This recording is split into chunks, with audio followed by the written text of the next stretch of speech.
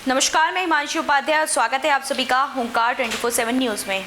पौराणिक कथाओं के अनुसार जब जब धरती पर पाप और अधर्म बढ़ा है, तब तब भगवान विष्णु ने किसी न किसी रूप में जन्म लिया है।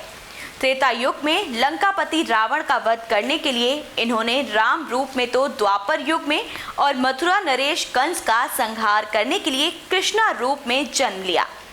भाद्रपद कृष्णा अष्टमी के दिन आधी रात को रोहिणी नक्षत्र में मथुरा के कारागार में देवकी के गर्भ से भगवान श्री कृष्ण ने जन्म लिया था। इनके जन्म के समय को जन्माष्टमी के रूप में मनाया जाता है, जो इस साल 11 और 12 अगस्त को पड़ रही है। भगवान कृष्ण का जन्म किसी चमत्कार से कम नहीं था।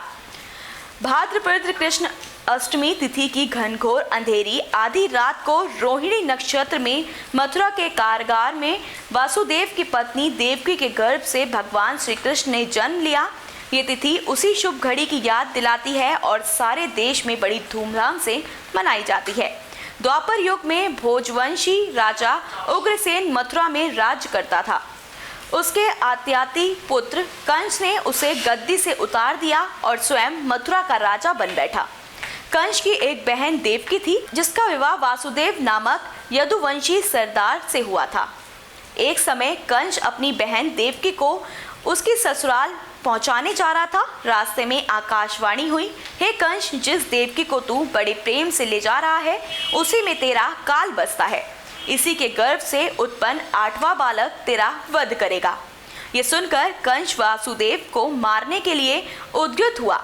तब देवकी ने उनसे विनय पूर्वक कहा, मेरे गर्भ से जो संतान होगी उसे मैं तुम्हारे सामने ला दूंगी।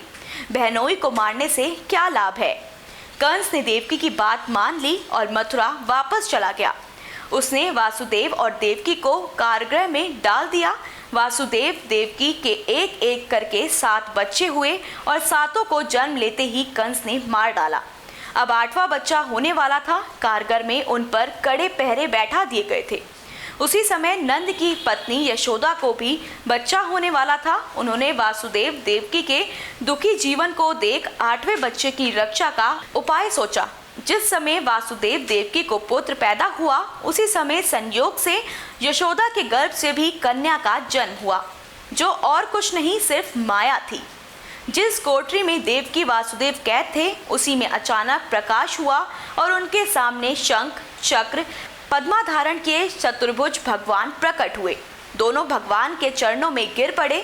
तब भगवान ने उनसे कहा, अब मैं पुनः नवजात शिशु का रूप धारण कर लेता हूँ। तो मुझे इसी समय अपने मित्र नंद जी के घर वृंदावन में भेज आओ और उनके यहाँ जो कन्या जन्मी है उसे आकर कंस के हवाले कर दो।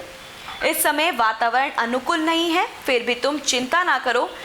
जागते हुए पहरेदार सो जाएंगे, कारागृह के फाटक अपने आप खुल जाएंगे और उफनती अथाह यमुना तुमको पार जाने का मार्ग दे देगी।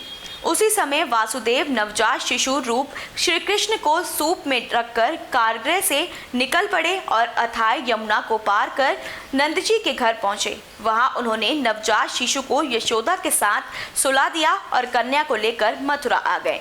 कारागृह के फाटक पूर्वतः बंद हो गए, जिसके बाद अब कंस को सूचना मिली कि वासुदेव देवकी को बच्चा पैदा हुआ है। उसमें बंदीगृह में जाकर देवकी के हाथ से नवजात कन्या को छीनकर पृथ्वी पर पटकना चाहा, परंतु वह कन्या आकाश में उड़ गई और वहां से उस कन्या ने कहा, अरे मूर्ख, मुझे मारने से क्या होगा। तुझे मारने वाला तो वृंदावन में जा पहुंचा है। वह जल्द ही तुझे तेरे पापों का दंड देगा। इतना कहकर वह कन्या आकाश में लुप्त हो गई। यही सिलसिला अभी खत्म नहीं हुआ था। जब कंस को कृष्ण के गोकुल में होने की सूचना मिली तो उसने कई बार उसकी हत्या करने की कोशिश की, लेकिन हर बार उसे हार का ही सामना करना पड़ा। तब एक दिन उसने साजिश के तहत कृष्णा और बलराम को अपने दरबार में आमंत्रित किया, जहां श्री कृष्ण ने उसका वध कर दिया। तो ये थी भगवान श्री कृष्ण के जन्म की पूरी दास्तां। अब तो आप समझ गए होंगे कि आखिर कान्हा कौन थे और कान्हा का जन्म कब और कहां और किस लिए हुआ था। आज के लिए बस इतना ही। फिर मिलेंगे और कुछ रोचक तथ्यों के साथ कोई नई जानकारी लेकर। तब तक के लिए मुझे दीजिए इजाजत। बने रहिए हुंकार 24/7 न्यूज के साथ। धन्यवाद। अपने शहर की लेटेस्ट खबरों के लिए चैनल को सब्सक्राइब करें और बेल आइकन को दबाएं।